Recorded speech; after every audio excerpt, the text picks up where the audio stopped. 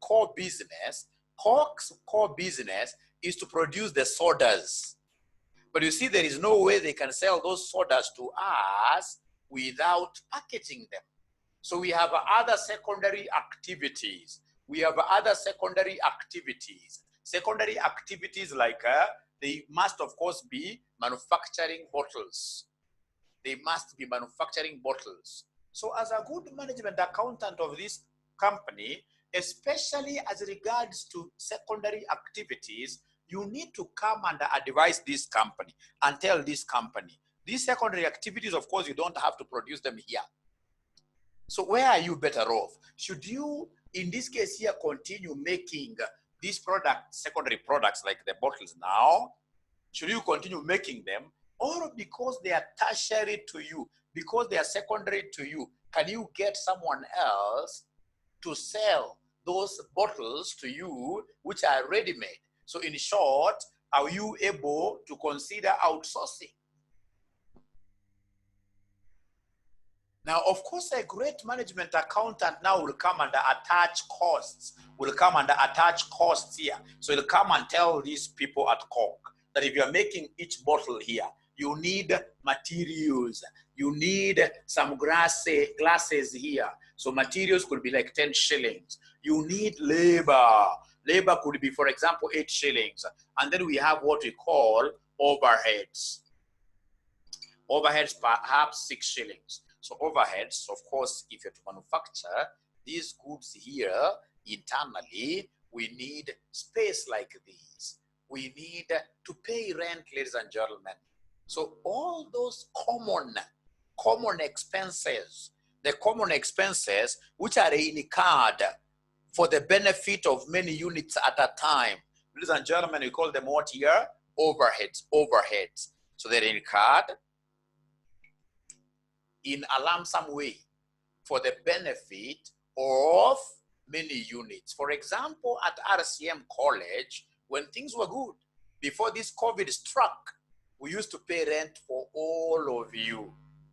So rent in this case here was covering all of us. So it's an overhead expense. At the end of the day, these overheads here have to be apportioned to individual units. Like now we've been able to apportion these overheads to one bottle and realize that one bottle of Coke costs 6 in terms of overheads. So if you add the 3, you'll end up getting what here, 14 plus 10, that gives us 20 what? 24.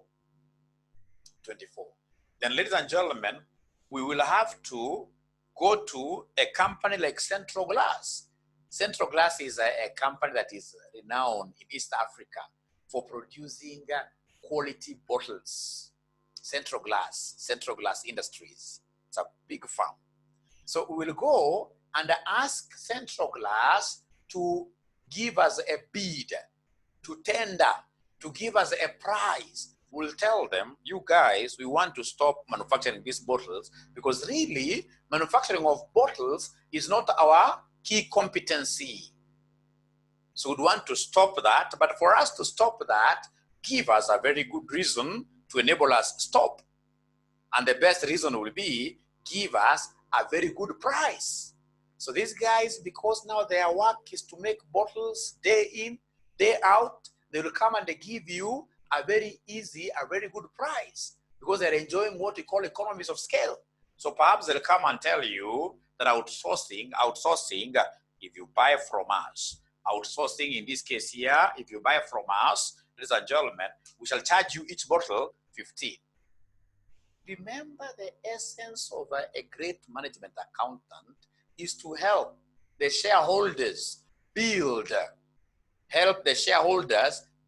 their wealth, increase their profits. And of course, one of the ways of increasing your profits, ladies and gentlemen, will be through cost minimization. And you can only, in this case here, minimize costs if every other time as a management accountant, you are able to see many ways of doing one thing, many ways, like 2 ways, options. And of course, you go for the most effective option, which will also be the least cost or cost effective. Like in this case, you will advise the management to outsource. outsource. So what is management accounting? Management accounting is all about giving what here? Information. It's all about giving information to managers that they shall use to make what we call rational or informed decisions, ladies and gentlemen. Now, having discovered that, I would want us straight away to go to brother good student to give us any 4 functions of a management accountant in an organization. Any 4 functions of a management accountant, in an organization, of a management accountant in an organization, of a management accountant in an organization. Only 4. Only 4. Only 4. If today you are taken and in this case here, hired by East African Breweries Limited as a management accountant, what will be your key roles when you wake up every day, going to your workplace? And of course, good companies like breweries, like Coke, these guys here will end up paying you very nicely. So as you are getting your pack aside, you are getting your good salary, at the end of the day, tell us what do you think will be your core duties as a management accountant. I would want to read your comments. I'm so sure I'm dealing with very bright students. I'm so sure that I'm dealing with very bright students.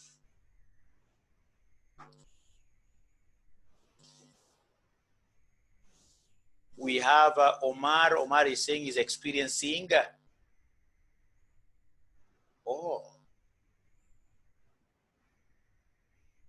They're the one. There are some students who are saying they can't hear anything. Experiencing audio breakages. Is there somebody who is able to hear me clearly? Is there someone who is able to hear me clearly? 100%. Someone who is able to hear me clearly 100%. I'm not able to get feedback from you as fast as I really would wish, so they can make some corrections. Yes, yes. So the ones who are saying they're not able to hear me clearly, chances are the problem is on your side. Internet. Or if you could tell them on WhatsApp, because now they can't hear me, to enter using audio, to click. There is a mic there. You click that mic on your phone. You click that mic on your phone. You click that mic on your phone. So meanwhile, as we wait for them to be able, ladies and gentlemen, to get to hear us, I'm waiting to read your answers. I have a good student here.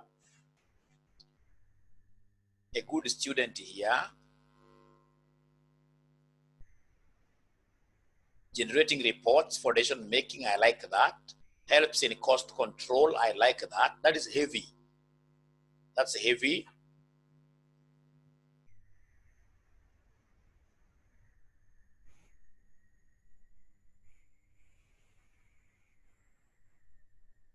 Helps in budgeting. I like that, Karen. Helps in budgeting. Barak is saying my voice is breaking. It has to be on your side. Our system is quite stable. Responsible for all companies' financial status, actions and transactions. Performance evaluation, I like that, Lillian. That is a very good point. Yes. Helps in setting selling price. Yes, heavy. That is very, very correct. Very, very correct. Ladies and gentlemen, whenever you are asked about functions of a management accountant, there are those functions that you must always remember very fast. From the very concept of management, management accounting is a subject that was obtained from cost accounting. Yeah, so cost accounting is what grew and it became management accounting. And that is why the number one duty of any management accountant is cost ascertainment. This is where we should start from. Ascertain costs. So it's the one who will be able to decide, or rather come up with the total cost. If, for example, you're making tables like the ones that we have here, before you even start making these tables, a good management accountant will come and tell you, hey, you need this much for materials, you need this much for labor, you need this much for overhead. So you'll be able to know the cost in advance of producing your products so that you can add a profit for you to get, in this case here, what we call the selling price. So you write number 2, selling price, ascertainment of selling price. So fixing off, can talk of fixing off. Fixing of selling prices.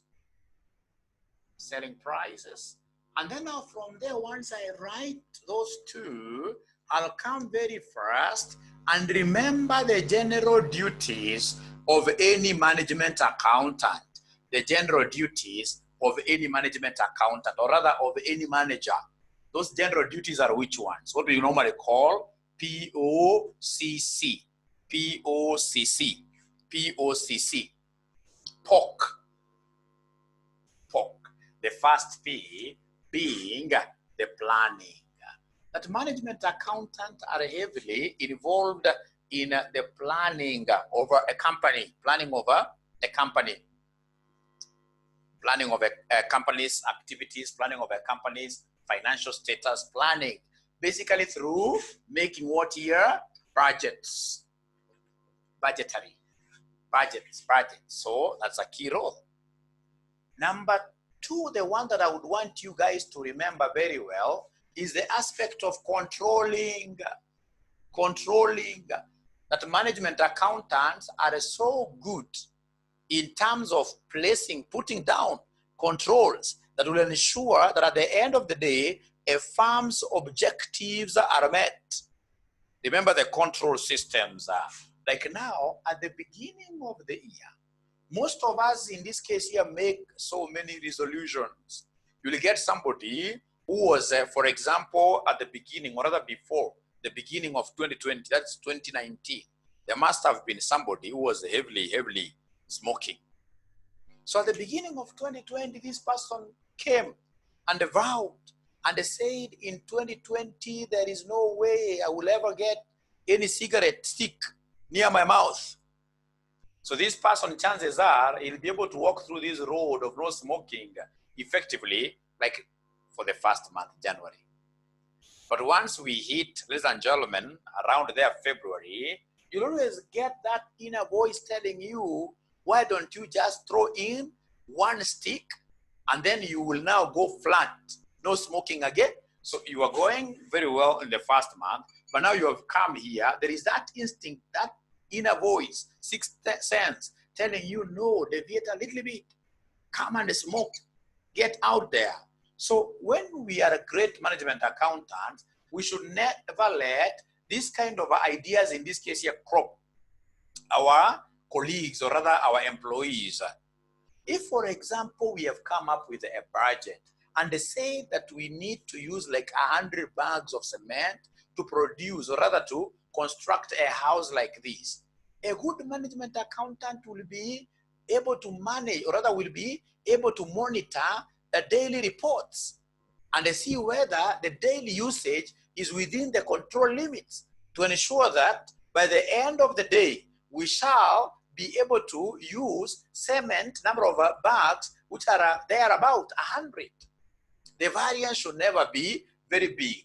So we have the aspect of controlling through variance analysis, through variance analysis. Then, ladies and gentlemen, we have this great management accountant of ours being a key person in form of communications. Is the one who is even going to communicate the agenda of the company, the direction which the company needs to follow through the budgets and the budgetary controls. So it's the one who will go to, for example, each department, requesting each department here to come up with their own budgets. And then at the end of the day, it'll consolidate everything. And then at the end of the day, you'll get this same management accountant disseminating now information. Communication is a key tool, is a key tool, is a key tool. Ladies and gentlemen, from there we have the concept of coordinations. Yes, a management accountant plays quite a key role in ensuring that the operations of a company between, for example, departments, between processes are coordinated in a way that we should be able to achieve the company's what here? Objectives. The company's objectives. Now, the moment I remember like now this, I will come and remember very fast the concept of what here? Performance evaluation. Performance evaluation. Performance evaluation, it's the role of the management accountant who at the end of every, for example, quarter, should be able to produce evaluation reports and tell us that you guys, quarter one, you expected to have produced 10 million liters, but you ended up producing, for example, 6 million. You're doing badly. If you guys are not careful, by the end of the year, you will be almost at nothing. At nothing. At nothing. So we have a performance evaluation. We have the concept of what your motivation arising out of what your controls. That if we have these employees who are always doing savings, making savings for the company, the management accountant is at a position of making recommendations and saying that let's give so and so 10,000 shillings. And by doing so, they'll be able to motivate the workers. They'll be able to motivate the workers. Now, ladies and gentlemen, in terms of theory, you will see after every other semester, situations where these examiners here tell you to differentiate between two disciplines of accounting, between financial accounting and management accounting. Could you kindly give me 3 differences? I don't want very many. 3 differences between management accounting and the financial accounting. I'm waiting for that good student here to type for me. Differences between financial accounting and the management accounting. Differences between financial accounting and the management accounting. Yes. Yes. Yeah, I know why I'm doing this. Umar, I know why I'm not doing process. I know why I'm not doing process. Don't worry. Let's continue.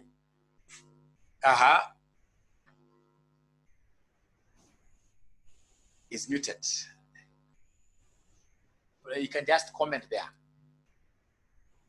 You can comment. Tell him to comment there.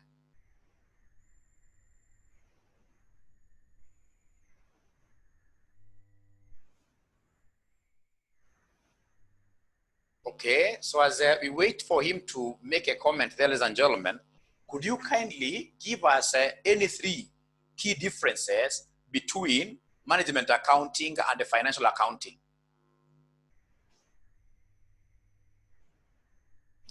MA reports are for internal use. I'll give you a mark for that. Whereas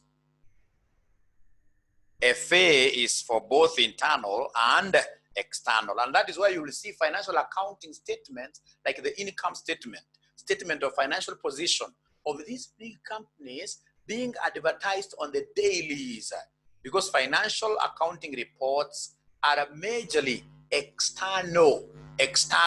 They normally go outside the firm. For example, when you want to file your returns at KRA, you will not take management accounts. Management accounts are internal. To KRA, the taxman would be interested in knowing, ladies and gentlemen, how much do you make in form of profit so that you give him 30%. I can see more points there. FA reports must be audited. That auditing of FA reports is anchored in the law because of the taxation, yes. MA auditing is on a voluntary basis. That's point number 2. Point number 3.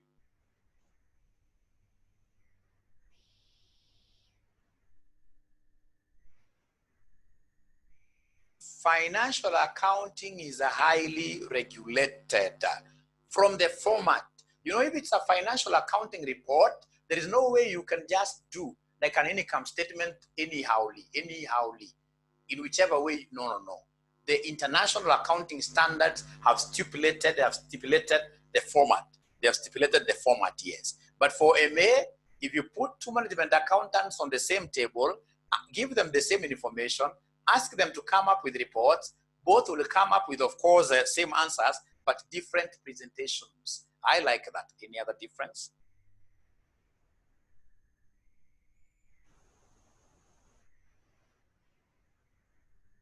No. That one I cannot give you a mark there. I've marked these exams for so long, so I know.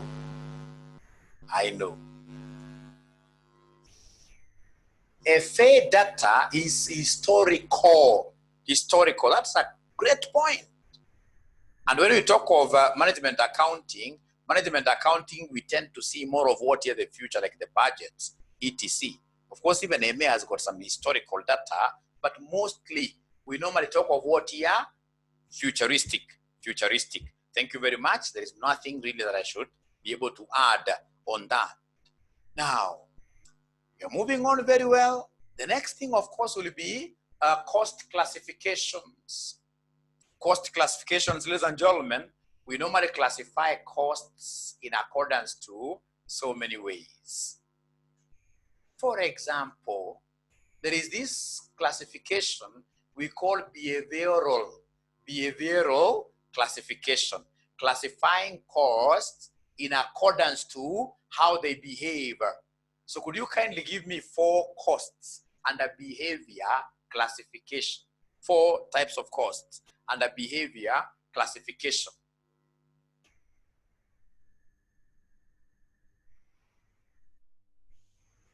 Fixed costs, they behave in a funny way. I like that. Fixed costs, ladies and gentlemen, why am I saying they behave in a funny way? Fixed cost, it doesn't matter what quantities you produce. Fixed cost will ever be, as the name suggests, fixed, constant. It's a funny behavior. Yes, that's number 1. Number 2,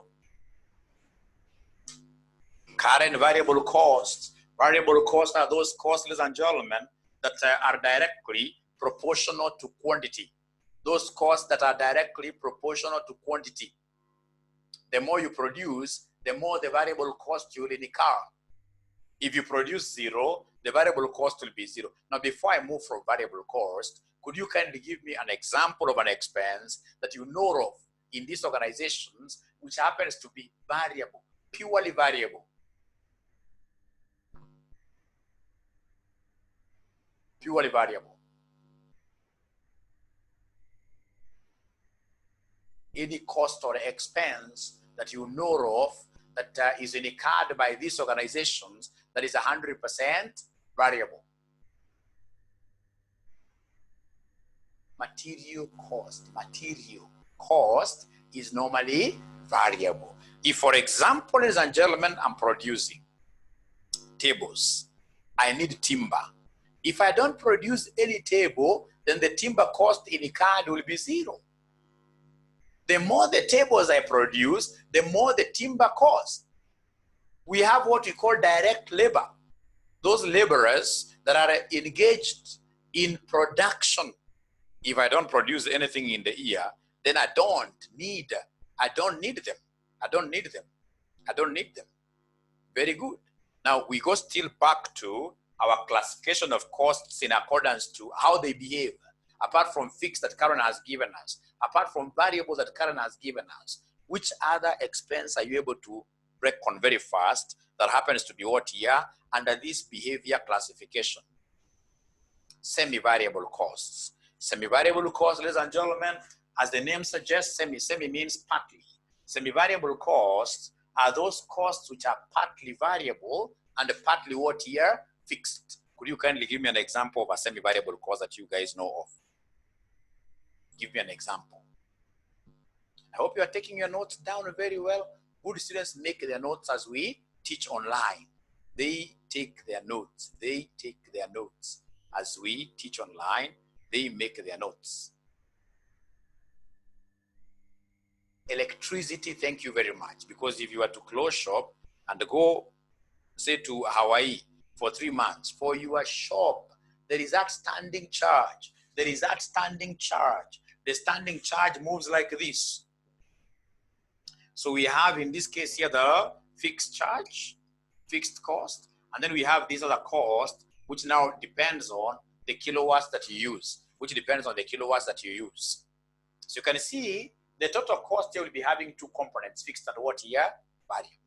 So if semi-variable cost is that cost that exhibits two characteristics. It has a fixed component and a variable component at the same time. So the last one now, my great students, which one is the last one? Which one is the last one? We've seen variable, we've seen fixed. They have told me semi-variable.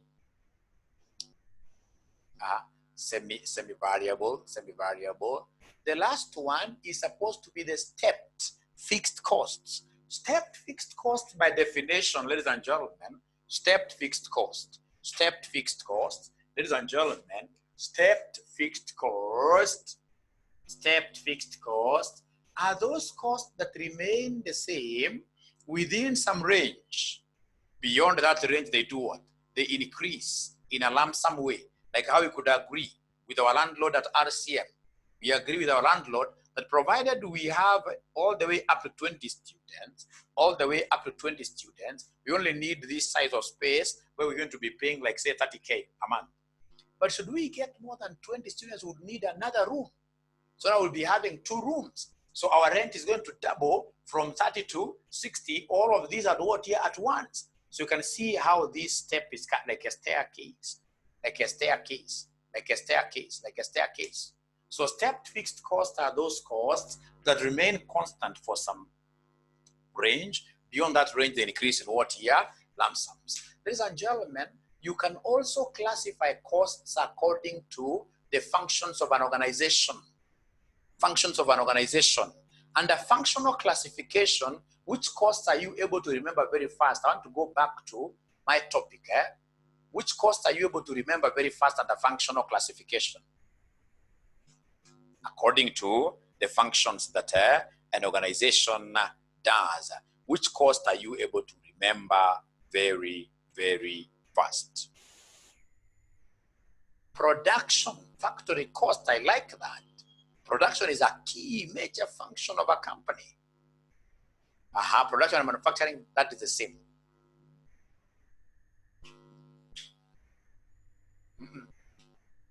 Material cost, those are the nature, classification of costs by nature.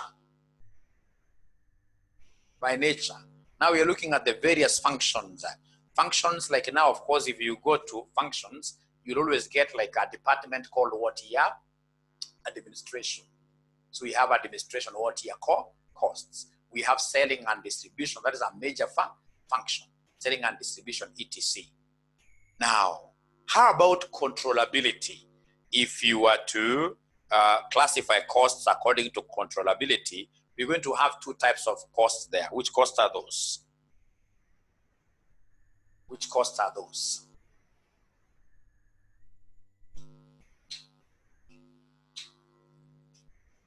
Controllable and uncontrollable. Controllable costs are those costs which are at the arm's length of management. So the management is able to decide on them. Controllable costs are those costs that are callable. You can call them. You can say these ones, this time round, we are not going to incur them. Good examples of controllable costs are which ones here? We have, for example, marketing costs, training costs. Once I realized, like during these COVID-19 times, I realized that times are very hard. I will not allow to train my workers. So the training costs, I'll be able to slash it off my expenses. How about rent? For example, even where we are staying at the moment, have our landlords, in this case here, reduced rent. So rent means that even from the perspective of management, rent is what here is uncontrollable. Rent is uncontrollable. On that breath, we have costs we call discrete or discretionary.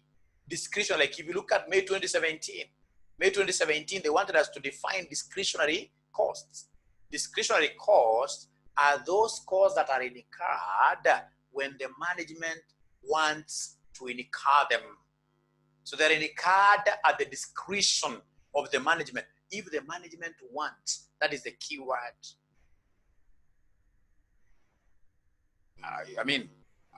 Give me, if you don't want to give it to me, it's at your discretion. If you want to give it to me, so give it to me. If you don't want, so be it.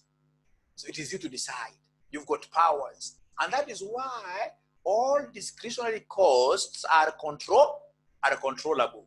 All discretionary costs are what here? Controllable. They're controllable. How about committed costs on the same breadth of controllability? Committed costs are those costs that arise out of past transactions. These are those costs that arise out of past transactions, which in the future have to be incurred. The moment you've decided in the past here to hire, or rather to rent someone's building, so in the future you will be obligated to be paying him rent throughout. It's an obligation that you can't run away from. It's a contractual cost you have arising out of previous transactions, contracts, relationships. The moment, for example, you decide to buy a motor vehicle today, there is no way you will be able to hit the road without insurance cost, without insurance. So insurance cost becomes a committed cost. So as I run away from this, can a good student tell me what they understand by the term out-of-pocket costs? What are out-of-pocket costs? What are out-of-pocket costs? Out-of-pocket.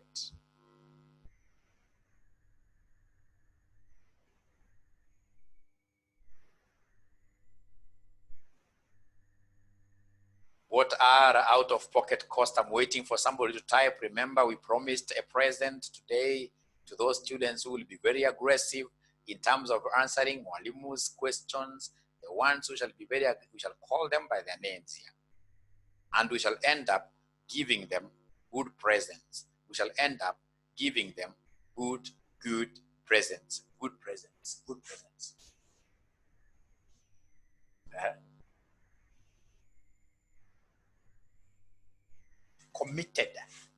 Committed, sorry for that, committed. The other one you're trying to pronounce there, I'm so sure you wanted to know, imputed. Imputed costs are notional costs. Those costs that are not real. Like for example, if you own your building where you're working from, you may decide to charge just rent.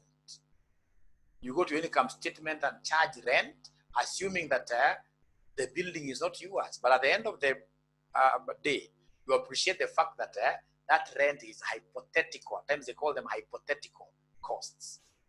Hypothetical costs, imputed, notional. So notional, not real, notional costs. So out-of-pocket cost is just somebody who has tried. Cost requiring immediate cash disbursement, quite a good trial, but not really.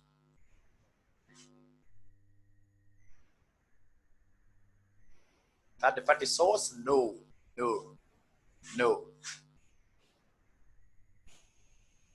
Cost incurred and requires cash disbursement, out of pocket, where the pocket is your budget. You had budgeted this time round here to use, for example, 10,000 shillings in a day. And then at your business premises, you get some guests from city government, county government coming, wanting to see your licenses,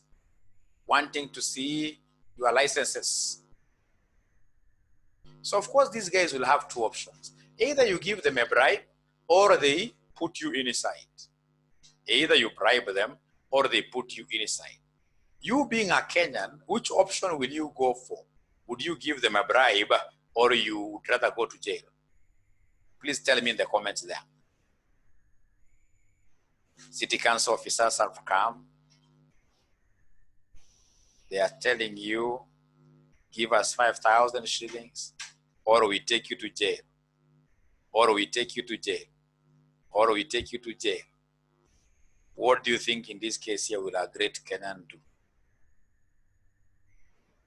What do you think will a great Kenyan do? Bribe. Bribe. Yes, this is a person who is honest. This is what Kenyans will do. But you see that bribe, ladies and gentlemen, is not factored in your budget. It's not factored in your budget. So it is something that you have issued out of what year pocket. You are not planned for it. You're not planned for it. Now, ladies and gentlemen, that now takes me to something very, very important. Remember, I told you what I want to do is to give you a base. To give you a base. And that is why even in the next class, I'll not be charging you. Because I'm looking at you guys beyond your money. I want you to become the best management accountants in Kenya. In Kenya. And for you to reach there, you need to understand the base. There is a base once you get. Once you go to, when you go to some of these other advanced topics like process costing, management accounting, in management accounting, variance analysis, there will be a walk in the park. But without getting these particular issues that I'm trying to tell you, you'll not really be interested in the subject.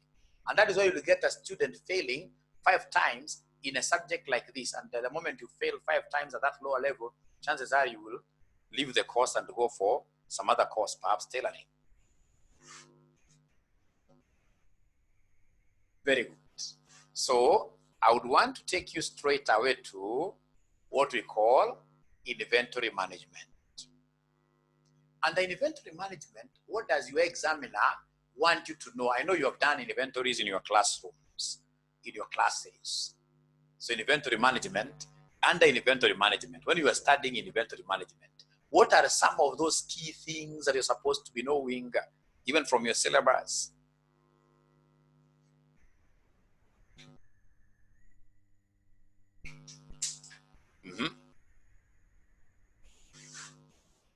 You guys are a great audience.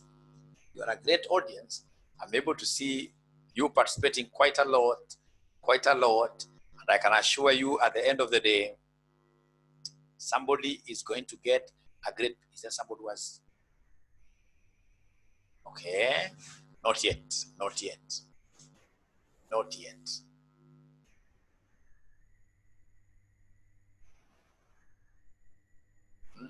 Inventory management. Have you done an inventory with Mwalimu?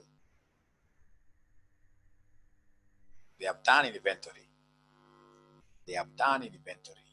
So when you are doing inventory, what are those key things that you saw Mwalimu teaching you because they are important for your exams? What are those key things, the key take-homes that you guys can never forget? Stock levels, thank you. Who is that? Heavy. Stock levels, yes. There is no way you will expect to pass or rather to get a question of inventory very well if you don't know the stock levels. You can very easily get a stock levels question of 15 marks. The maximum stock level, minimum stock level, reorder level, average, safety stock. That's a key objective. As I'm reading, I have to look at that. Number 2, raw material. What about raw material? Reorder period.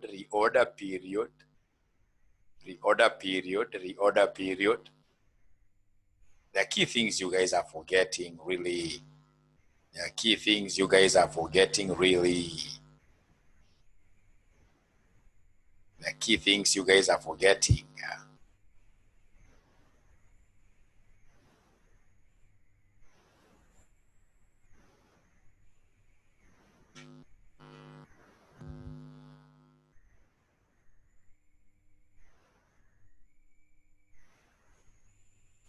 How about EOQ? Where does EOQ fall? Then we have the stores ledger what year? Cards. The concept of FIFO and the LIFO. And I would want us to take like 10 minutes to understand how to do the stores ledger card. And with me there, I happen to have done, or rather to have searched for a question which I would want us to do. Ladies and gentlemen, let's get to our screen and look at that particular question there. On our screen, What do we have there on our screen, ladies and gentlemen?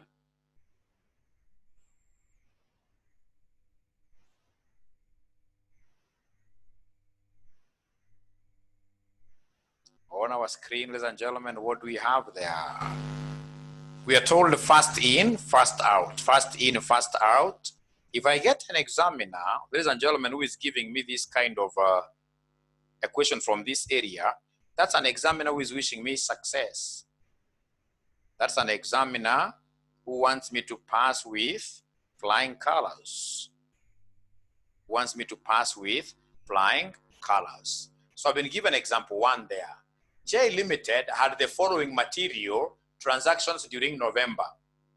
So we have the opening balance there. We have the receipts, issues, Look at the requirement.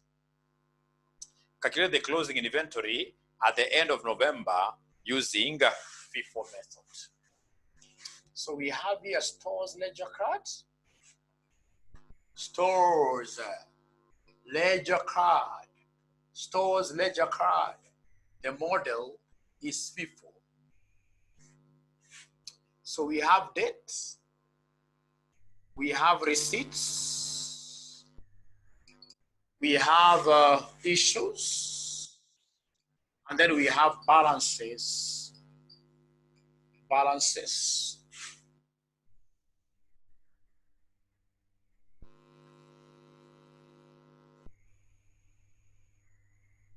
So for each of these 3 items, we'll capture the units, right? We have here cost per unit. We have value. So we have units. We have cost per unit. We have value. We have units, cost per unit, value.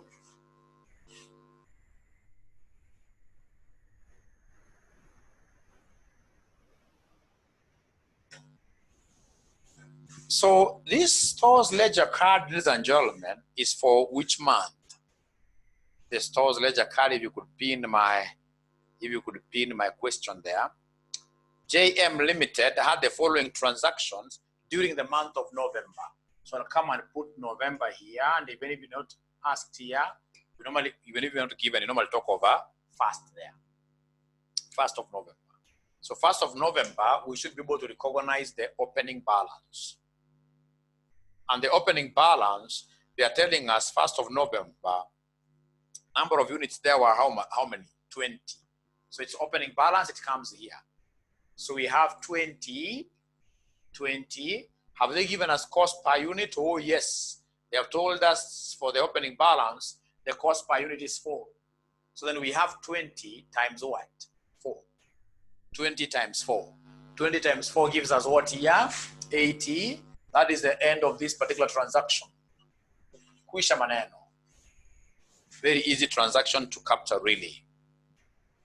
From there, you go to the next date, my good students. Next date, next date, next date.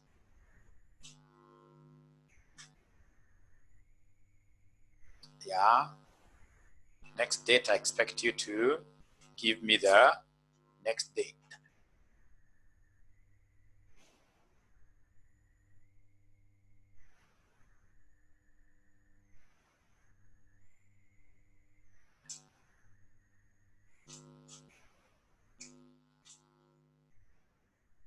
Great. So the next date, ladies and gentlemen, I can see was 8th of November. 8th of November. 8th of November. 8th of November. So what happened on 8th of November? What happened on 8th of November? We received, it was a receipt. So could you go ahead and receive those units for us? Just go ahead and receive those units for us. Go ahead and receive those units for us.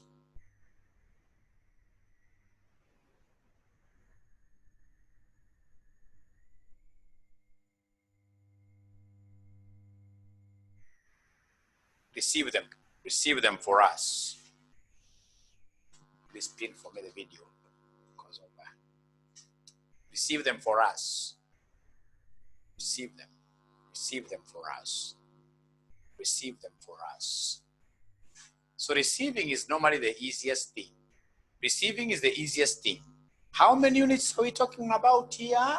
So it's 8. So the question very fast there, the question talks about what here? About us having received 140 units. So we received them 140 units, and each is worth 4.4 there, 4.4. So then 140 times 4.4 gives us what figure? So we have here 140 times 4.4 giving us 600 what here? 16. Once you receive goods, what do? You update your balances. So come and update your balance here. So initially we had 20, now we have brought in 140. Then that gives us a balance of 100 what here? 60. If I've updated the units here, then I have to update the value column.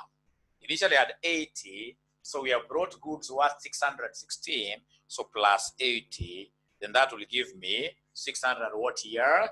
96. That is the end of day number, or rather of the 8th day. We go to the next transaction. Yes.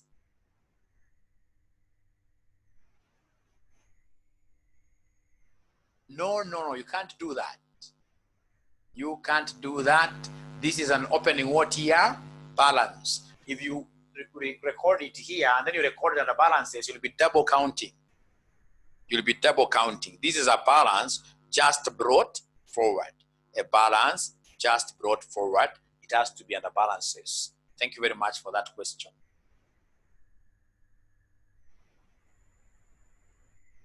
So we go to the next date, which is date 12th, where I can see we issued how many units here? 80. Remember, it is during issuance that you need to know the policy of issuance. Here they want us to issue using first in, first what here?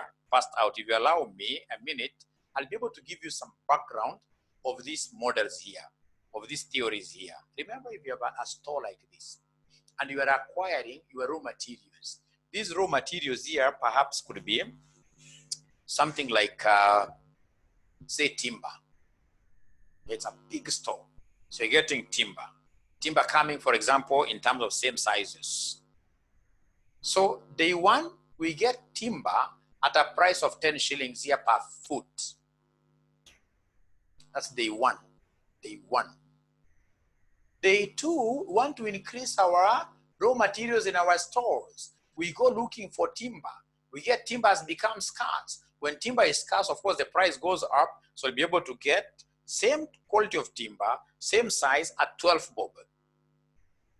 So when you come with this in your store, you add one of 10, another of 12. Of course, at first you'll try to put them separately.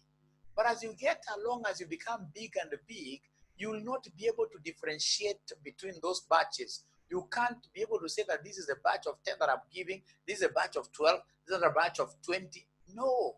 So now everything is mixed up in the store. So the only way out, especially when you are issuing, you must make an assumption.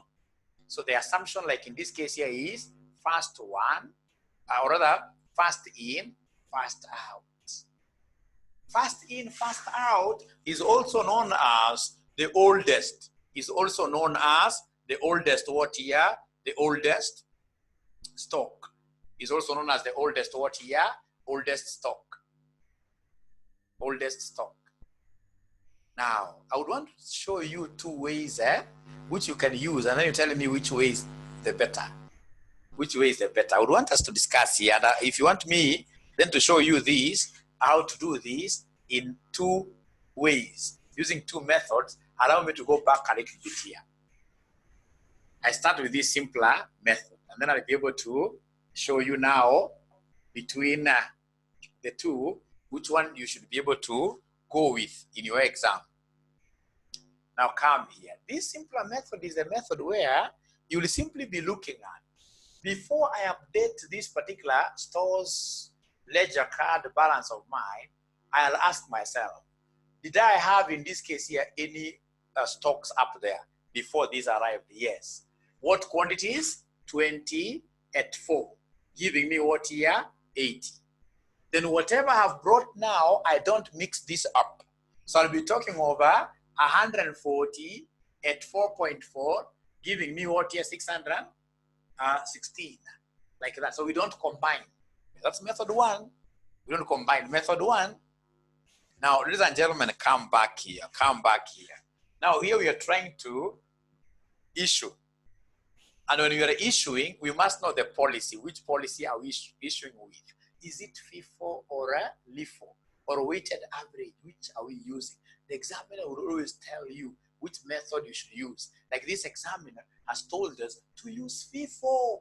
So FIFO is the concept of the oldest batch. The goods that came in earliest are the ones we should assume that they shall be the first to leave. So between the two batches that you have here, the earliest batch, oldest batch is this 20. So it is the one that we should start with. So come and book this under the issues. So 20 at 4, giving us what here? 80. But remember, if you look at the question, ladies and gentlemen, please take me back to the question. Take me back to the question.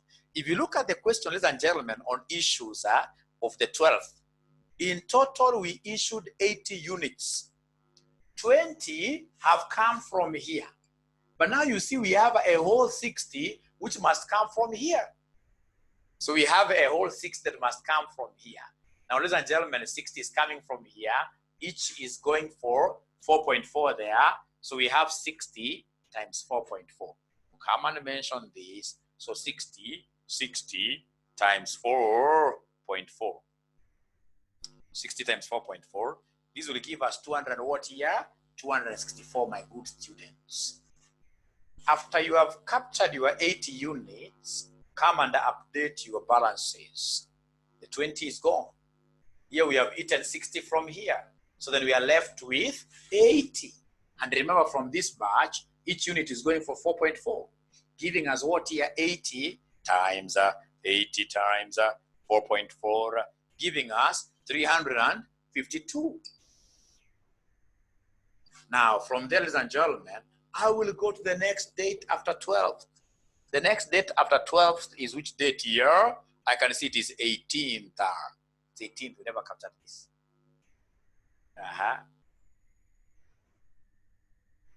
You can give them, especially the Facebook people, time they try to see the figures. Okay. So we go straight, ladies and gentlemen, to the 18th. We go to the 18th. So 18th, what happened, my good students? 18th, we received how many? 100 at 4.8, 4.6, I mean.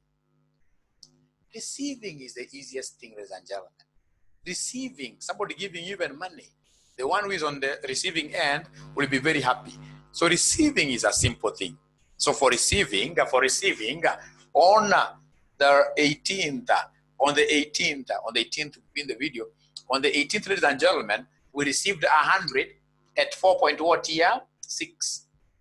So we recognize them here. So 100 at 4.6. So 100 at 4.6, that gives us 460. So come and update your balances. Remember, if you're using this method, ladies and gentlemen, the one of not putting the balance stocks together, what we'll do is to come and pick the stock you have here, you bring down 80 at 4.4, giving us 352. And then now we have the newcomer. So the newcomer, you update it the way it is. We have 100 at 4.6, giving us 400 what here? 60 like that. Let's go to the next day. Let's go to the next day. The next day, ladies and gentlemen, something nice happened. Something nice happened. We issued how many units here in total? We issued 140 units. 140 units. While I'm issuing, of course, I have to remember the policy. So I would want to see whether there is a student who has understood this issuance, who will come and give us, like, issue this number of units at this price. And then you give us an answer in those notes of ours in the comments. I'm giving you 3 minutes. I'm giving you exactly 3 minutes.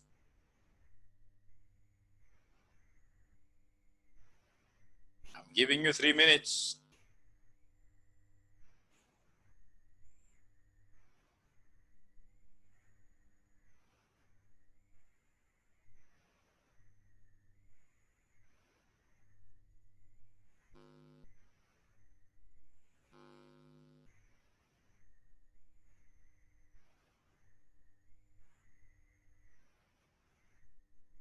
giving you 3 minutes.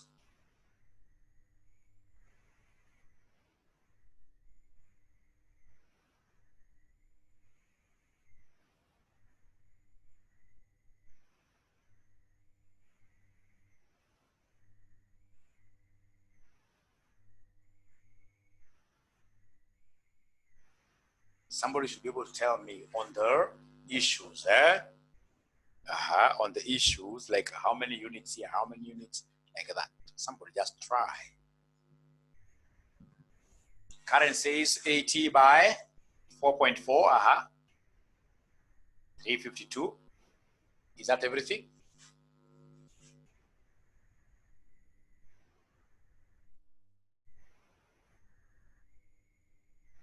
They're still giving the first one, which means these students are great. At least they're doing something. They're doing something. They're doing something.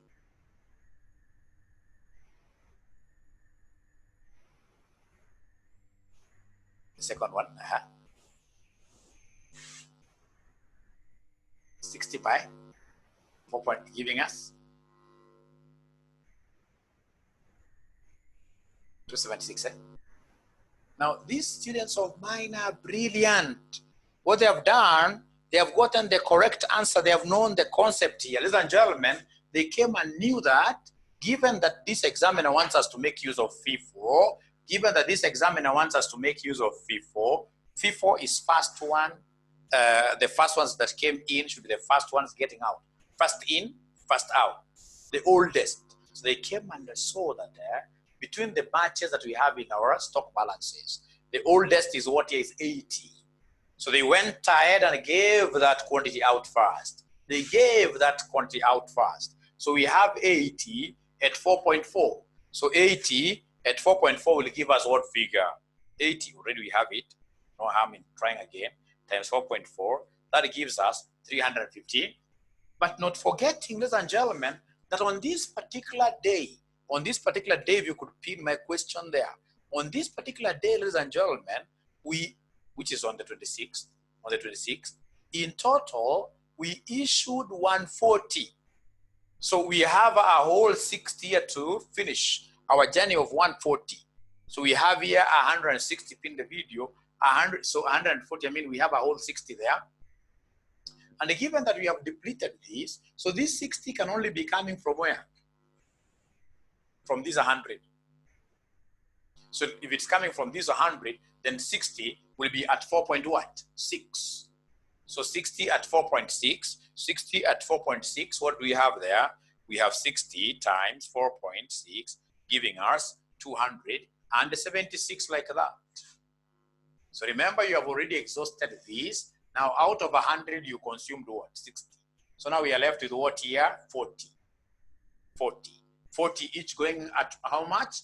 4.6. So 40 times 4.6, this will end up giving us 100 what here? 84 like that. And therefore, this now becomes our closing stock. This becomes our closing stock. So closing stock units, 40. Closing stock value, 100 what here? 84. 184. 184. Please take me to the next question before I show you the other method. Now, ladies and gentlemen, the next question is what we have just done. But this time round, they want us to make use of LIFO. They want us to make use of LIFO. They want us to make use of LIFO. I'm giving you very few minutes. We see whether it's a student who will be able to use this technique, right? This procedure. But this time round, draw up a store's ledger card using LIFO. A store's ledger card using LIFO. So please try. I'm giving you 5 minutes.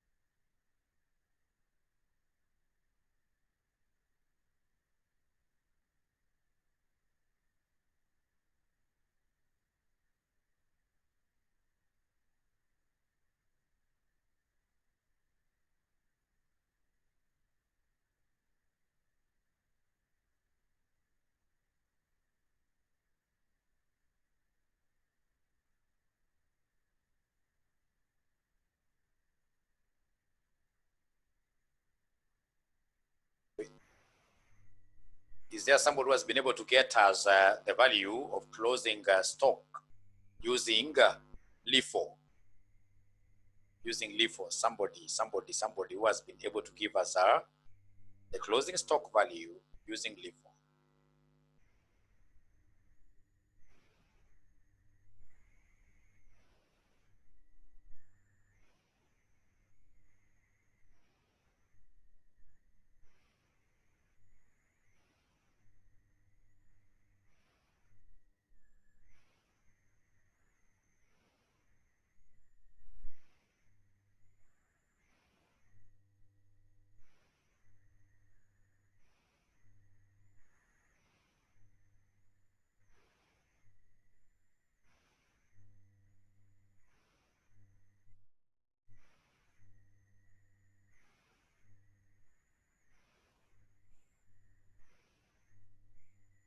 Tina has already gotten it,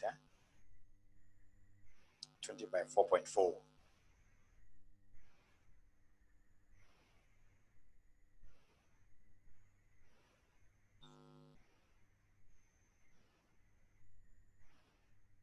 By 4 or 4.4.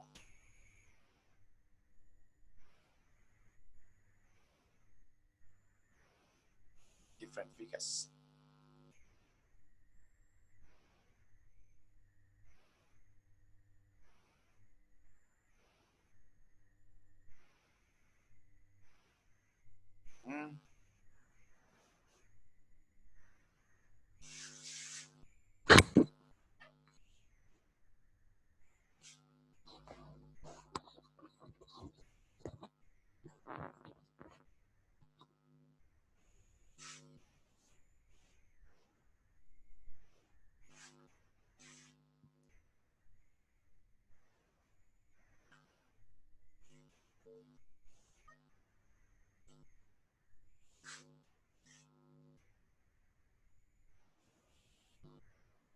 So, ladies and gentlemen, here we are. We have our store's ledger card.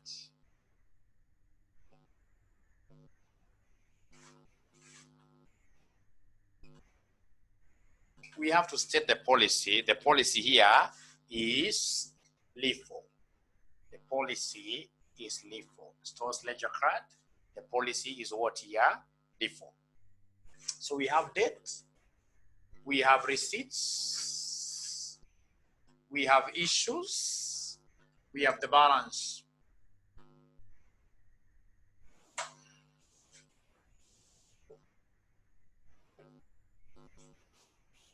So we have units here, cost per unit. We have value. We have units, cost per unit, value. We have units, cost per unit, value. And then, of course, month. This is the month of when? November. Month. This is the month of November. Now, ladies and gentlemen,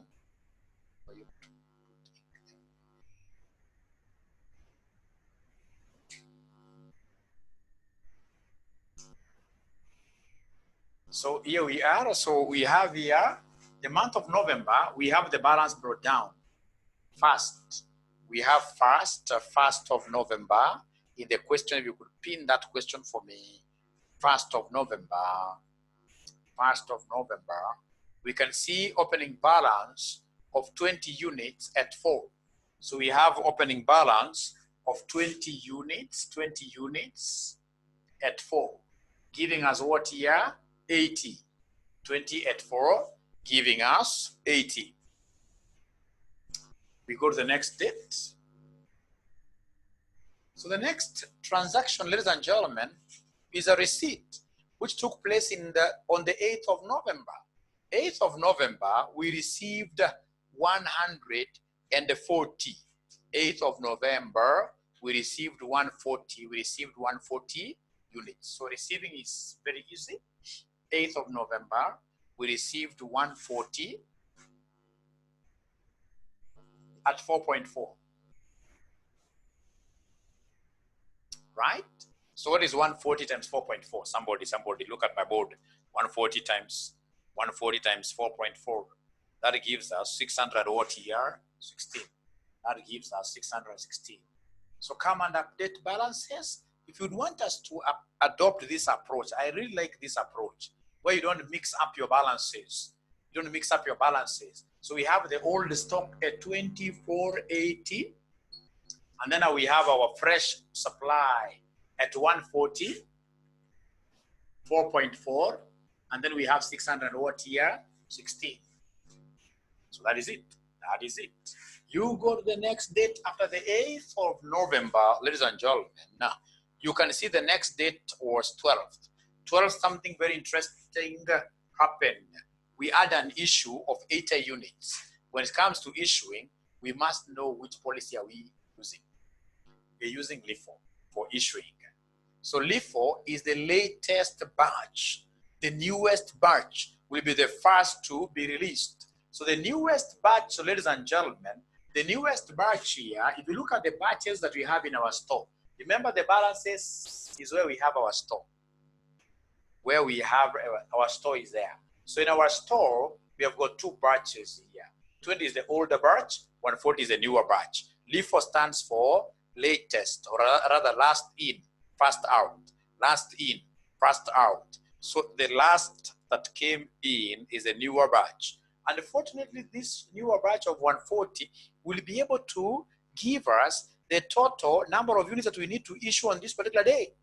Of which on this particular day, you can see there, we are supposed to be issuing how many? 80 units. So come and issue, somebody look at my board, issue 80 there. I'm booking this under an issuance.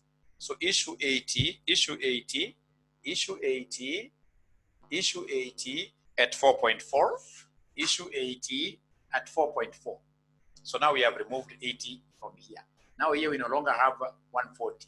Now we only have what here? 60 there. It's good to book that, 60 there. So what is 80? 80 times 4.4. So 8 times 4.4, this will give us 300 what here? 52. 352. From there, I'll come and write my balances. I can't add, I can't, no. What I'll do, I know that now I have 20 here at 4, giving me 80, and then I have this 60 at 4.4, but of course I know this figure will change. The figure will change here. It will be 60 times 4.4 times 4.4, which gives us 200 what here? 64, which gives us 264, which gives us 264 like that. So from there, ladies and gentlemen, you go to the next date. The next date, what happened on the next day after 12th? After 12th.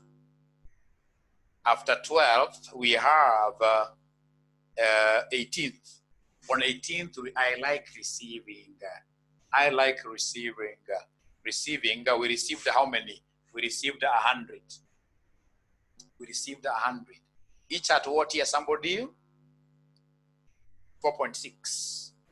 Which gives us what here? 400 what here? 60. You receive, then you update your stores. So when I'm updating my stores, I'll come and copy the figures that we have here, the way they are. So we have 20, 4, 80. We have 60, 4.4, 264. And then we have brought in the new stock. We brought in the new stock over 100 at 4.6. We have here 460. Don't even give us the totals if you're using this approach. No, don't. Go to the next date. The next date, ladies and gentlemen, here happened. Next date is 26th of November. 26th of November, we issued 140. So 26th of November, we issued 140. But what is the policy of issuance? It's LIFO. LIFO is last in, first out. This is our stock. We can see our batches there. So the very latest is this one here that has got done. So we start by issuing 100. So issue 100 there. 100, you're issuing that at 4.6, giving us 460. Giving us 460 there. Giving us 460 there, right? So you have exhausted this one. You have exhausted this one. Now from this, I only need 40 because remember on the 26th, you issued what here? You issued 140 in total. Already you have issued 100 from this batch, so issue 40 from here. So come and put 40 there. So 40, you're issuing 40 from here, so at 4.4. You're issuing 40 at 4.4, so we have here 40 times 4.4. So we have 40 times 4.4, which at the end of the day gives us 100 what here? 76, which gives us 176. So remember, you have eaten 40 from here, now you are left with 20. Then that means that the closing stock will be 20 at 480, and then we have 20 at 4.4. So we have 20 at 4.4, giving us 88. And that is the end of your mathematics. You'll come and tell our examiner that therefore the closing stock, therefore the closing stock will be 20 times 4, which equals 80. Then we have 20 times 4.4, which gives us 88, which will end up giving us 40 units, whose total value is 88 plus 80, whose total value is 168. So this is the figure that will go to my income statement as the closing stock. It is a figure that will go to my balance sheet. The figure that will go to my balance sheet. Is anybody who got these answers? Several of them. But you see, for section 2, for those students who are doing like ATD, then they can get a direct question like this. But myself, having set these papers for so long when I used to be young, I used to set them often. Nowadays, I'm old. I don't think Kasneb can trust me with any paper to set. Yeah. We used to bring in issues like wastage, issues like what your returns. But if you are told, for example, like you had issued goods like this 80 here at 4.4, and then they were returned on a specific date, what do? You simply receive them at the price that you had given out. You had given them out. If it is wastage, you will simply come and issue these goods just using the policy, whatever policy you have. You are issuing them as if you sold them. And then you record that abnormal loss elsewhere. Do you have any student who has any question, my good students? Please ask questions. Please ask questions. Please ask questions.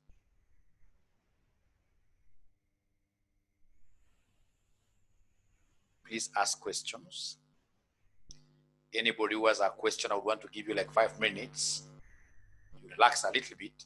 You come back, we'll know what to do again. Mine is to set a foundation first. I have to set a foundation first. So we'll take a short break, and then when we come back, we will be able to continue.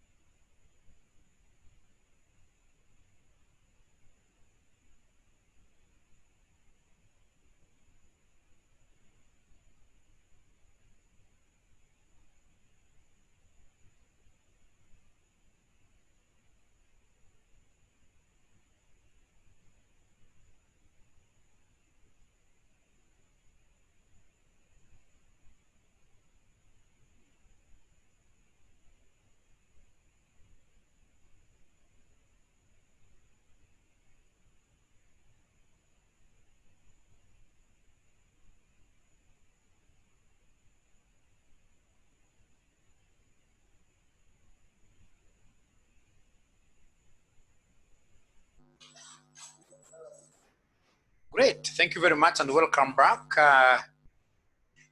So I expect you, great students of mine, to remind yourselves this concept of weighted average price. And then, of course, you also try to see some questions that Mr. Job showed you in class, the past paper questions. I'll tell you how I'll be coming in. Be able to understand what I'm doing. Right now, you'll not be able to understand. Right now, you'll see that I'm wasting time. No. I know what I'm doing. Great. Now, ladies and gentlemen, I would want us to have a look at variance analysis as a key area that I know you guys are done in your classes.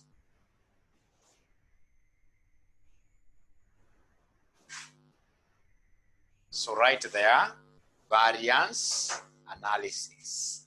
Variance like this, variance analysis. This is a topic that you will never ever miss in your exam. This topic has to be there in your exam. This topic has to be there in your exam. If you go to your exam and you don't get this topic this June, please come with 9 by 9 stones looking for your principal. Yeah, you stone me around. If you go to your exams and you don't get this question, a question from this area, come and penalize me. Come and penalize me. Now, for variances, because you are done variances with your mwalimu, I would want us straight away to open our past papers. Let's open our past papers.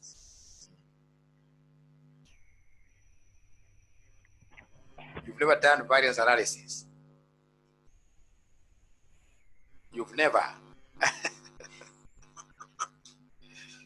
No, he's cheating. I'm so sure they did variance analysis. I'm so sure they did variance analysis. Sure. You never did what we call standard costing. Muya. Muya, did you do any topic called standard costing, or you never did? Standard costing.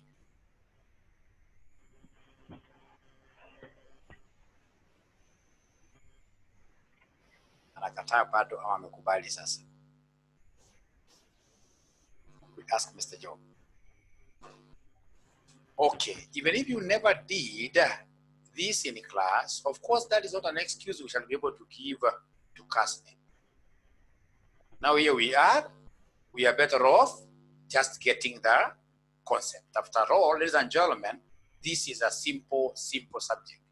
So when you talk of a variance, what is a variance? A variance is a deviation. Tell us there that a variance is a deviation. A variance is a deviation between expected and the actual outcomes. So a variance is a deviation between expected and the actual what year? Outcome. So what do we expect? What was the actual outcome? That bridge, that deviation is what we are calling what here? A variance. Is what we are calling a variance. Tell us there very fast that there are 5 types of variances. There are 5 types of variances. There are 5 types of variances. There are 5 types of variances. Number 1, we have material cost variance. Material cost variance. We have material cost variance. We have material cost variance. Number 2, we have labor cost variance. Labor cost variance. Number 3, we have what we call the variable overhead. Variable overhead cost variance. Variable overhead cost variance. Number 4, we have, ladies and gentlemen, number 4, fixed overhead, fixed overhead, fixed overhead, cost variance, fixed overhead, cost variance. And then lastly, number 5, we have what we call the sales variances. Sales what here? Variances. We have what we call the sales variances. Sales variances. Sales variances. We have what we call the sales variances. So we have 5 types of variances. Anytime they give us, ladies and gentlemen, a question from this area, chances are they'll test us to compute each of these. And with me, for you to understand this, with me, I happen to be having a small questionnaire that I would want us to write down. A small question that I would want us to write down. A small question that I would want us to write down. Allow me, I will grab this. A small question that I would want us to put down.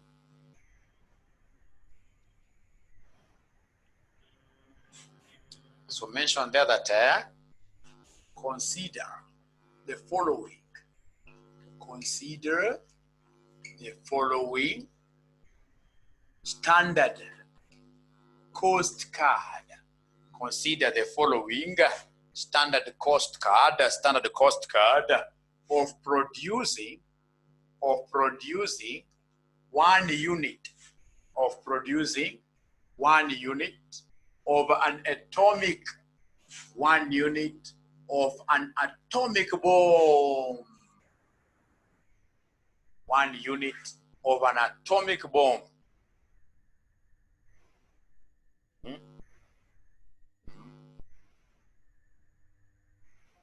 So we have here what we call, ladies and gentlemen, the bang. So bang, bang, bang, bang, boom. Bang, 4 kilograms, each going for 10 shillings. Shillings 10, giving us 40 per unit. Shillings per unit. That's bang. So once we have that loud sound, of course, for us to scare people, we must have what we call the flash lighting. I'm just trying to imagine a question. I've never even seen an atomic bomb. Don't say that this guy wants to radicalize us. No. Just trying to put down a question that most of us will be able to remember for so many years to come. So flash, 6 kilograms, each going for shillings 20, which gives us 120. And then, of course, to mix these, we need labor. So we have labor, 10 hours, each at shillings 80, giving us 800.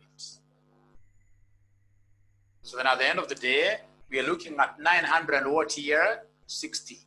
Total cost per unit. Total cost per unit is 900 what here? 60. 960. 960. So tell us there that in the month of April, in the month of April,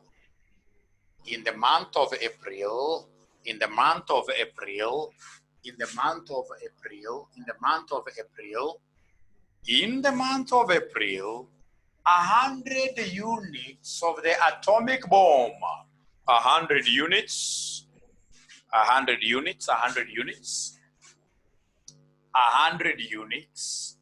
of the atomic bomb were produced,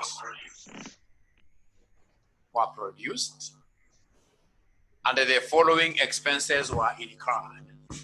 And the following expenses were incurred. And the following expenses were incurred. And the following expenses were incurred. So we have bang, 300 kilograms, each at shillings 8. We have flash, 630 kilograms at shillings 18. We have labor,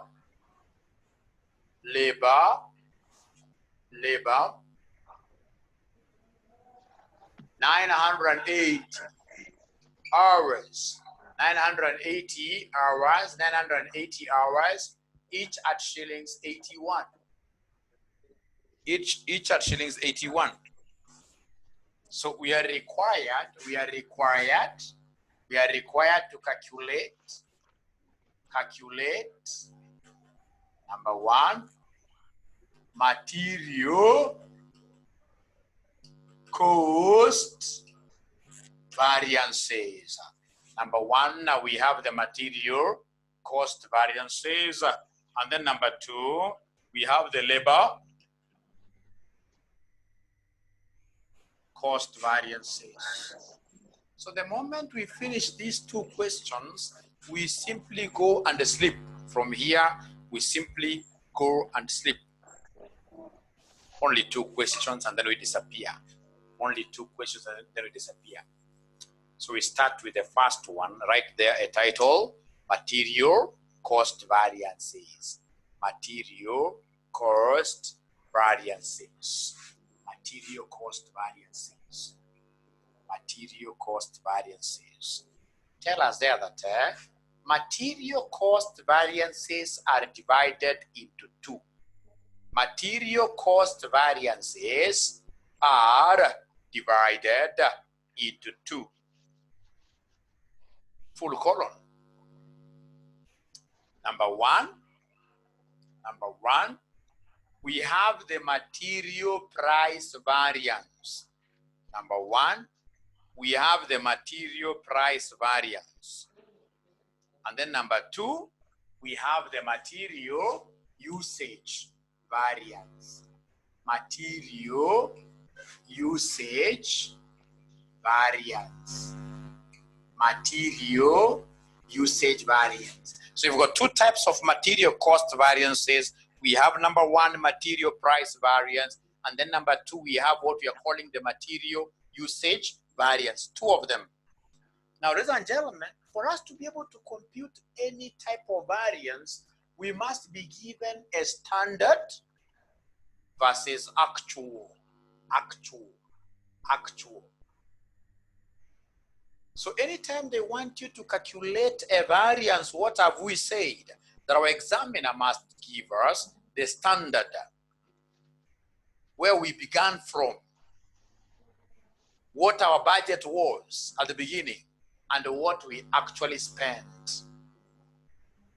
So we have here, this is our standard, and you can see there is a particular month when we produced these 100 units, and the following expenses were actually incurred. So these are the actual expenses. So when getting the variances, we shall be comparing the standard versus what here? The actual. We shall be comparing the standard versus the actual. The standard versus the actual. So this is our standard versus our actual. So ladies and gentlemen, I want to take this opportunity to show you how we calculate the material price variance, which is abbreviated as the MPV. So material price variance, how do we get material price variance? Difference between two prices. Material price variance, variance means difference. Difference between how many prices? Two of them. We had the price that we thought we would have incurred at the very beginning, minus the price that we actually incurred. So we have the standard price minus the actual price. And that will be a variance for 1 kilogram. For us to bring totality, we must come and multiply outside here with the actual quantity that was done what year? Purchased. The actual quantity of raw materials that was purchased. We are almost going to sleep. The last lap energy. The last lap energy. The last lap energy. The last lap energy. So we have our material price variance equals SP minus AP. So this SP stands for what? It stands for standard price per kilogram. AP, ladies and gentlemen, stands for actual price per kg. Actual price per what here? Per kilogram. So, and remember, we must always begin with the standard what year price, because at the very beginning of the year, we must come up with our budgets. So the standard has got to be there. The standard must be there.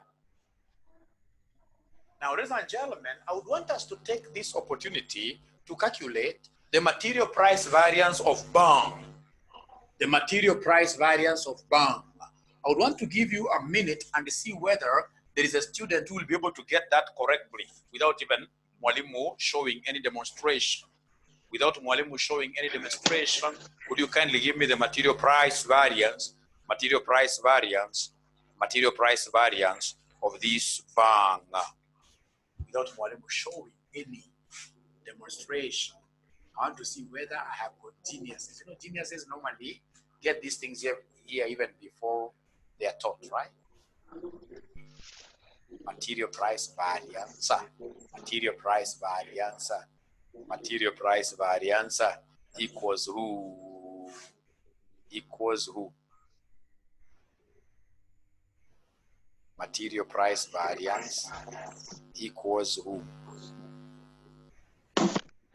Please write an answer there. If you've been able to get an answer there, as I also take stock of who should get our today's present, we need to know who will go home with our cake. Jane says 2. Let's see whether Jane is correct. So we have the standard price per kilogram from the standard card. So from the standard card, I can see bang, we have got shillings 10. Once you see this written at, means per kilogram. Shillings 10 per kilogram. So for bang, we have standard price being 10 minus the actual price. Look up and do mwingine for actual information. So actual information will be able to see shillings 8 is the price per kilogram. So what Madam Jane forgot is one thing outside the bracket. Outside the brackets, you've got actual quantity that was purchased. For bang, we purchased how many kilograms? 300. 300 kilograms. We purchased 300 kilograms. 300 kilograms, which then at the end of the day will give us 2 times 600. 2 times 300, which gives us 600. That's the variance. So remember, if it's a variance, you must tell us whether your variance is a favorable variance or an adverse variance. Is it a variance that favors the organization, or is a variance that is eating onto our profitability? Listen and listen to me very well. Whenever you get a favorable, or rather a positive variance is a favorable variance. So come and write here, F. F for what here? For favorable. F for favorable. F for favorable. F for favorable. F for favorable. F for what here? For favorable. F for favorable. Listen and listen to me very well. For this particular bank, we were prepared to pay 10 shillings ourselves from the beginning of the year. But we ended up paying how much? Just 8. So meaning that we saved. And that is why we have ended getting a favorable variance. Getting a favorable variance. Getting a favorable variance. Now we want to see whether we have a good student who will be able to give us the material price variance for flash. Let's see. For flash, what do we have there? Material price variance for flash. And I hope my good administrator here, you've been able to point out that student who will be able to get our tonight's present. Our tonight's present. Tonight we must get a student getting a present. Fortunately, Zoom does not lie.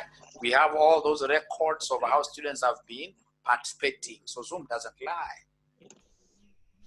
Phoebe, heavy. But you see, for variances, you must tell us whether it's adverse or favorable. Thank you very much for trying, but for variances, you must tell us whether it's adverse or favorable. So what do we have here? Somebody for flash. So for flash, the standard which is on this side is giving me shillings 20 per kilogram, the standard price, minus the actual price which is on this other side, which happens to be 18. Ladies and gentlemen, times flash quantity that was purchased, which is 630, which they are saying will give us 1250 watt here. F for favorable. F for favorable. F for what here? Favorable. F for favorable. Fy, because it's a favorable variance. It's a positive variance. A variance that is going to impact on our profitability positively. Now, ladies and gentlemen, I know you are tired, but you have to give me a chance to finish this. I want us to go to the second type of material cost variance called material usage variance. Material usage variance. Material usage variance. Usage variance is a quantity variance. What have we said? That usage variance is a quantity variance. There is that quantity that we had prepared ourselves to use. For example, you'll wake up and say, once I leave these people in their house, I expect them to use this type of amount of unga. If you are a mean person, of course, you have to plan for everything. So also plan for unga and say, I expect these people to use a half a kilogram. But now the house help you've left behind on the actual cooking, chances are she may end up using more flour or less. Anaweza enda kuweka tu unga namna hii kidogo, inamwagika yote ndani. Na ulikuwa umesema atumie half. Anaenda kupika ugali ngumu kabisa. Lakini sasa ni kwamba standard quantity na actual quantity sio the same. Ulikuwa umepanga standard quantity ya hii, lakini ametumia actually mingi. Hiyo inaitwa material usage what here? Variance. Material usage variance. Material usage variance. So mention there that this capital SQ is standard quantity of materials for actual production. For actual production. Standard quantity of materials for actual production. How about this AQ? This AQ is the actual quantity than what here used. AQ is the actual quantity used. AQ is the actual quantity used. AQ is the actual quantity used. How about this SP? SP already we have introduced it. It is standard price per kilogram. SP is the standard price per kilogram. The standard price per kilogram. Standard price per kilogram. So ladies and gentlemen, I would want us to understand this once and for all. I've just told you that this is an area that must come in your exams. So ladies and gentlemen, if you look at this well, we start with bang. So bang, what do we have here? Are you able to see the standard cost card is here? And the standard cost card has a standard quantity for bang of 4 kilograms.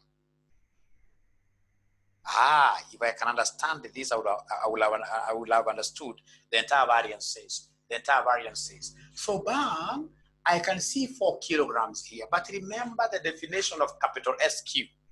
It is standard quantity for the actual number of units that were produced. It is the standard, this capital SQ, the standard quantity for the actual number of units here that were done, that were produced. So it means that we must always involve the actual number of units here that were produced. So then I must look for the actual information, actual number of units produced. We are told in the month of April, 100 units of the atomic bomb were produced.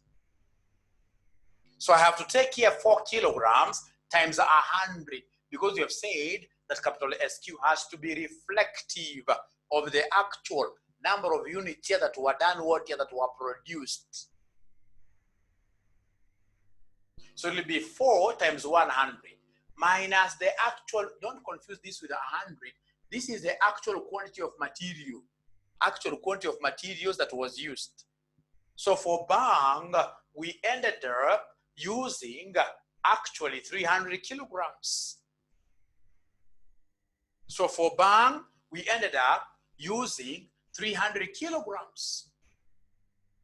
Multiplied by the standard price. I have to throw my eyes always often. You keep on rolling your eyes around. When they say standard, you come back to the standard card. So the standard price per kilogram, remember SP standard price per kilogram, the standard price per kilogram of bang is 10 bob. Is 10 bob. So times 10 like that. So from there you get now your calculator. You get your calculator. You say on open brackets, ladies and gentlemen, 4 times 100 minus 300 times what here? Times 10, which will end up giving us 1,000. 1,000 what here? Because it is positive, it's a variance which favors us. So 1,000 what here? Favorable. 1,000 favorable. Now, could you kindly look for us the material usage variance for flash? Material usage variance for flash. Material usage variance for flash. Material usage variance for flash. So for flash, what do we have there for flash? Patapotea. This is a must-come area. It is something we have to understand, and you'll remember this late night time. So flash. Is there somebody who has gotten an answer? Please give us an answer over there. Tina says negative. Thank you very much for trying. Thank you very much for trying. Let me wait for someone else. Karen says great. So standard quantity, ladies and gentlemen, what do we have here? Standard quantity of flash. I can see the standard quantity here is 6 kilograms. So we'll talk of 6 times the actual production. Once you remember that capital SQ has to encapsulate the actual number of units, in this case that were produced, you can never go wrong. Anytime I see capital SQ, I must always remember that capital SQ, ladies and gentlemen, has to be reflective of the actual production. So I'll take 6 here times the actual number of units here which were produced were 100. 100 minus the actual units of a flash which were used. Actual units of flash which were used were 630 kilograms times, ladies and gentlemen, the standard price of flash. Flash, the standard price per kilogram is 20. So then I will get out my beautiful calculator and press like this, open brackets, we have 6 times 100 minus 630, close brackets, times 20 equals, which gives us 600.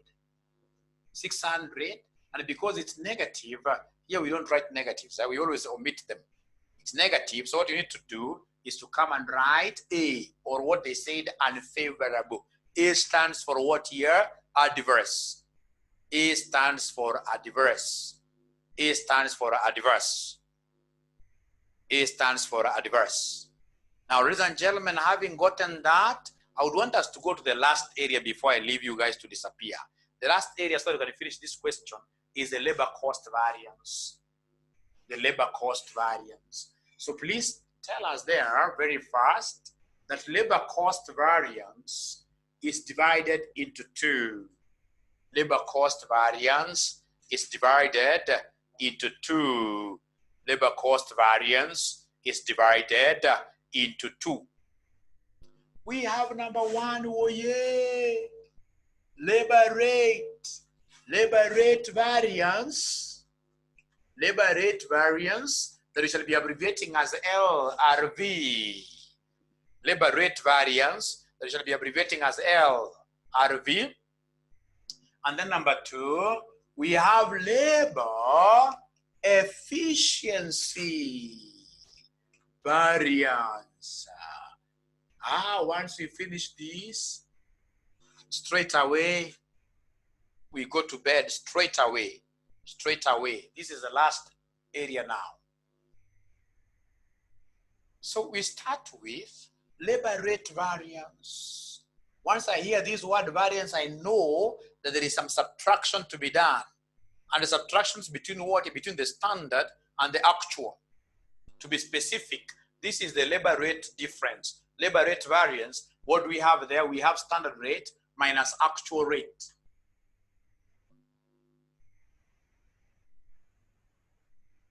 Outside here, multiplied by what here? Actual hours. Outside there, multiplied by actual hours. When we start variances, I know there is always that confusion.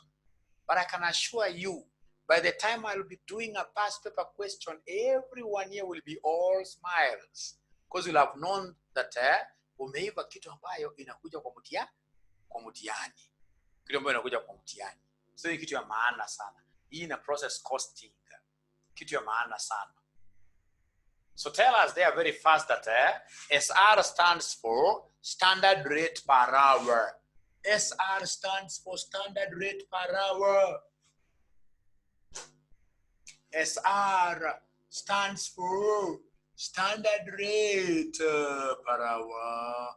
Then we have AR being the actual rate per hour. And then of course we have AH being the actual what here? Actual hours. The actual hours. Now, ladies and gentlemen, I would want to see whether we have only one student in this house, in this meeting room, who will be able to compute for us the labor rate variance. Let's see who will be able to compute for us the labor rate variance before we disappear. The labor rate variance before we disappear. And I'm very happy because you guys, for sure, you seem aggressive. Getting your age mates who are working so hard on their books at the moment is not easy. Most of your age mates are sleeping or playing around with WhatsApp.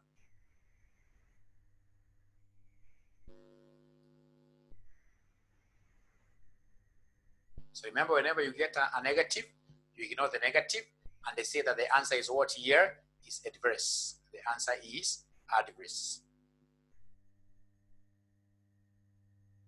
So we are getting labor rate variance. Labor rate variance. Is there somebody who has gotten it? Leading 600 adverse. Current 81 adverse. Tina 980 adverse.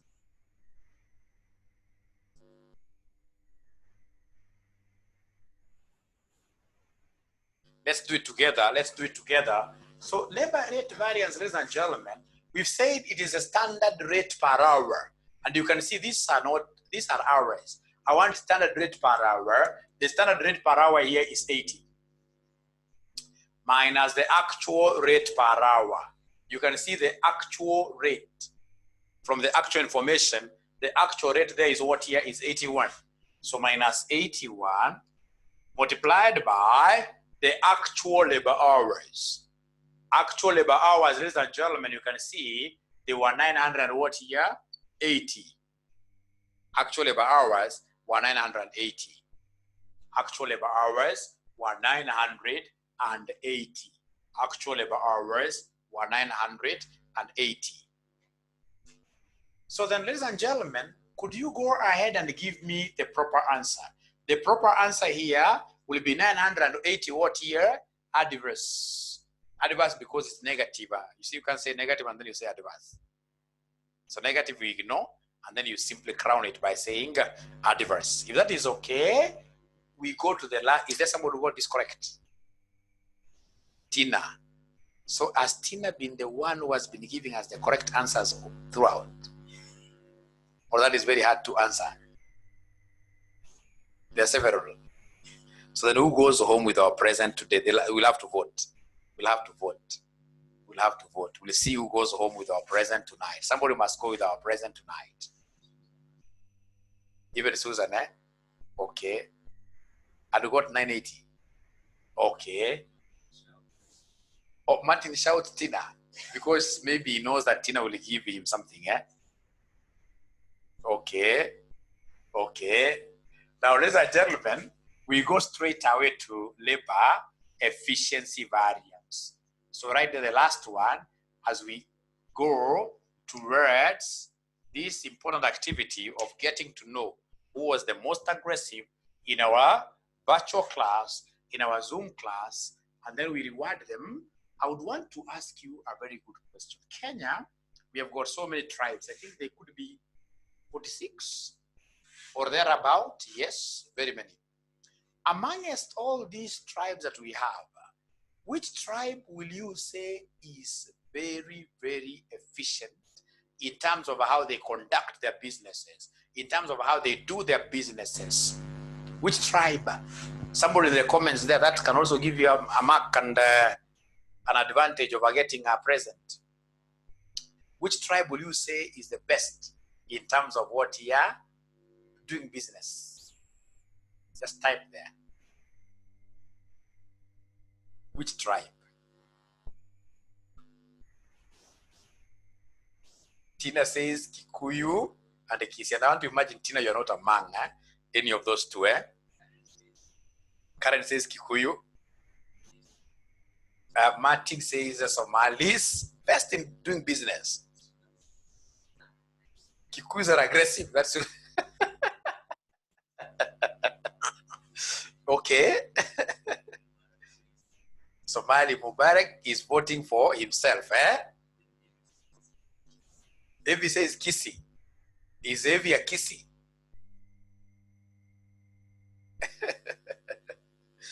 Ladies and gentlemen, all of you are wrong. All of you are wrong. All those tribes you have mentioned there is not a single tribe there that is very aggressive in terms of building empires that are able to outlive them. Look at the Jenga Karumes. They build up very good businesses, but after they died, those businesses died with them. Look at Michuki. What are we reading about their hotels? I mean, it's chaos. It's chaos. The only people that I know who are able to form businesses that are able to outlive them, just go to River Road around here. You'll get businesses that are as old as 200 years. They are only Indians.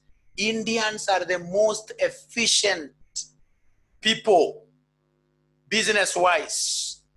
And that is why whenever we talk of labor efficiency variance, I'll always remember where my friend Shah comes from. See Shah. So anytime we talk of labor efficiency variance, remember my friend Mr. Shah. Mr. Shah. Very efficient. So when we move along and get other variances later on, like fixed overhead efficiency, variable overhead efficiency, all of them will be having one characteristic. They'll be having Aura's friend inside there called Mr. Who? Mr. Shah. Called Mr. Shah. Mr. Shah, this SH stands for standard hours for actual production. Standard hours for actual production. Standard hours for actual production. Standard hours for actual production. Of course, AH, you guys know what AH stands for. AH stands for actual what here? Actual hours. AH stands for actual hours. AH stands for actual hours. Actual hours, and then we have SR, which is the standard rate per hour. The standard rate per hour. The standard rate per hour, the standard rate per hour. So could you kindly go ahead and plug in the figures? You plug in the figures for us to be able to say exactly what is going on. So the first one, now this is the icing on the cake.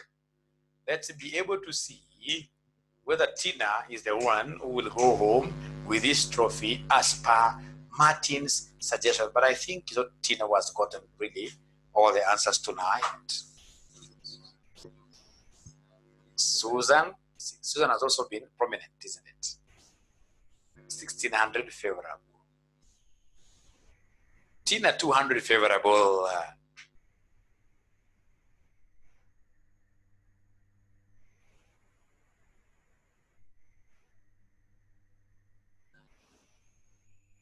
Karen 200 favorable.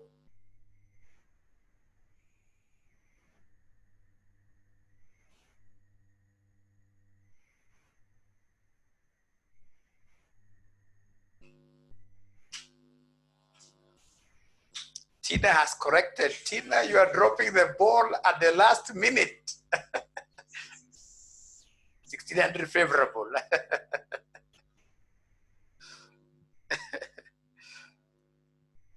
Anyone else? Susan affirms 1600 favorable. 1600 favorable. Where is heavy in all these calculations? 1600 favorable. 1600 favorable. 1600 favorable. So, ladies and gentlemen, do you have enough energy of continuing for the next 1 hour? We take a break and then we come back. Oh.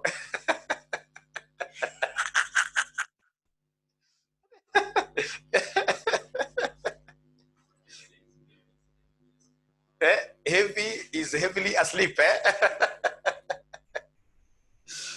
Okay, so I don't know whether we could organize now your class. This class I promised it to be free.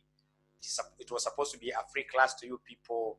So we could organize now a proper class where I should again be able to touch a few concepts here and there. As I need like 5 lessons, 5 lessons to clear the entire thing, and then I bless you people, you go to your exams. Otherwise, it has been a pleasure hosting you tonight, and I want to take this opportunity to wish you God's blessings. Any parting question before we disappear? But for tomorrow, okay. I hope you guys enjoyed your class.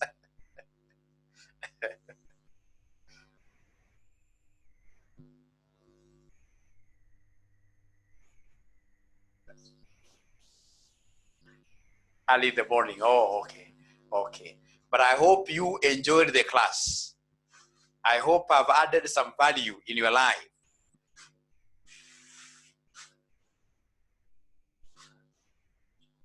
Thank you very much. So then we meet next time, and please try as much as possible to market this program. Trust you me, this is the new normal. You'll be able to see even how much you guys will be saving simply by attending this online class. You can imagine in the future, you'll only be needing like say 200 bob per week to study management accounting. So per month, that is how much? 800. You try to do mathematics like management accountants. I hope you understand what I'm saying. So in the future, this will be the way. This will be the way. And trust you me, this is very, very effective. Because after you finish like this, there is nothing like entering the jam to go home. You finish like this, perhaps you freshen up, you go to your bed. In the morning, Susan, you wake up and start your journey. So this is the way to go. Please go on Facebook and try to market RCM like that. If you're a very good marketer, you can side chat to me. I can easily give you a job which you can be doing as your side hustle. Otherwise, thank you very much. Bye-bye. Say hi to your parents and relatives. Thank you. Next class, I wanted us to agree. You know me, I'm very free. Can we do another free class tomorrow lunch hour? Tomorrow lunch hour, can we do a free class? Martin, Susan, yes. Tina. Karen, okay, eh? Oh, but Susan, if you leave Nairobi at say 7 in the morning, I'm so sure by 1 you'll have reached wherever you are going, and that place you'll be able to get internet.